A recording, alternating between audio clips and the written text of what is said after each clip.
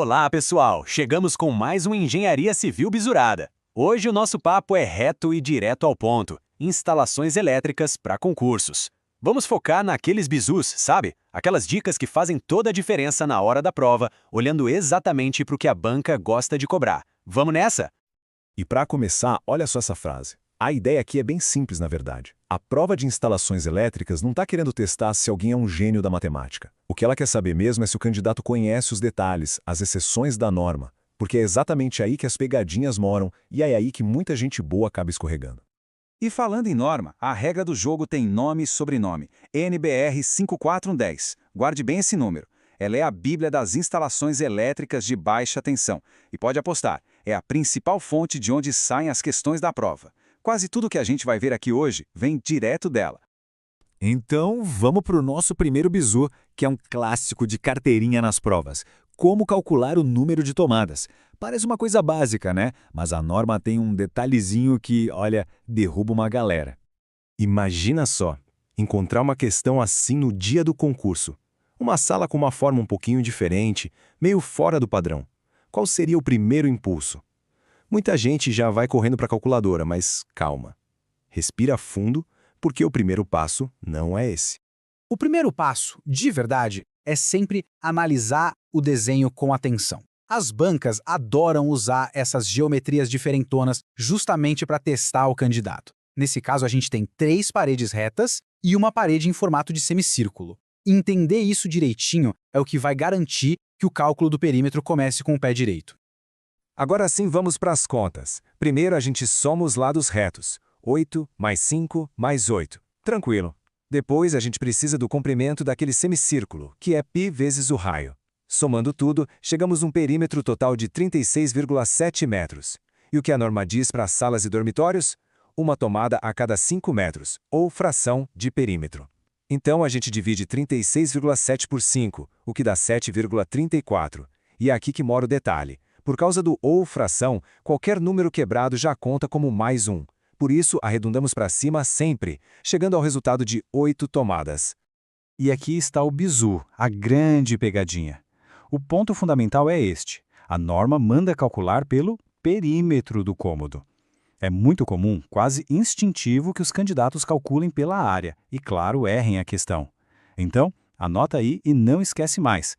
Para salas e dormitórios, o que manda é o perímetro. Beleza, vamos em frente. Nosso segundo bizu tem a ver com a organização dos circuitos elétricos. Como é que a gente separa os pontos de iluminação e as tomadas? A norma tem uma regra geral e, claro, uma exceção super importante que as bancas amam cobrar.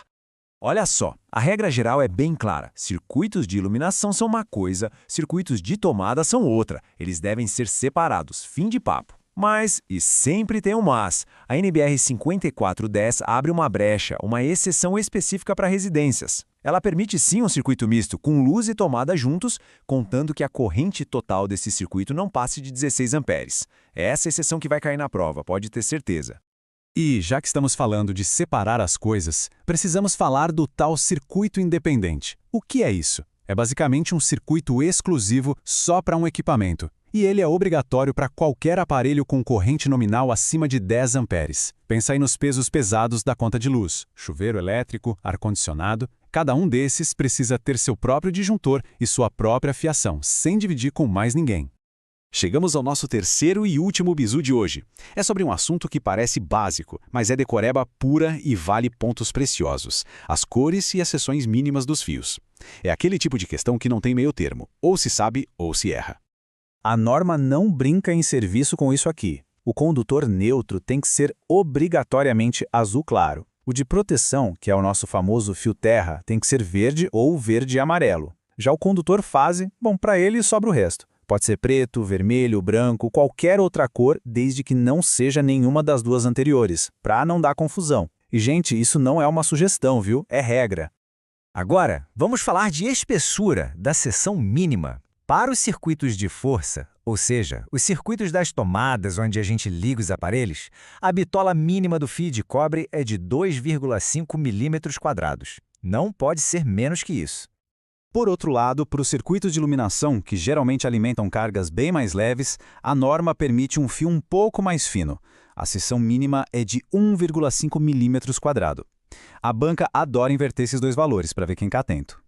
Certo. Então, depois de tudo isso, qual é a grande estratégia para mandar bem nessas questões? É exatamente focar nesses detalhes que a gente acabou de ver. É entender a lógica por trás da norma e principalmente ficar de olho nas suas exceções e nos seus pontos específicos. Então, vamos resumir a ópera. Primeiro, o cálculo de tomadas é por perímetro, não por área. Segundo, conhecer a exceção dos 16 amperes para circuitos mistos. Terceiro, lembrar que equipamentos com mais de 10 amperes pedem circuito independente. E por último, decorar o padrão de cores e as seções mínimas dos condutores. Esses são os pontos-chave que mais caem e que vão fazer a diferença na aprovação. E para a gente fechar, fica aqui uma reflexão. De todas essas pegadinhas da NBR 5410, qual delas é a mais desafiadora?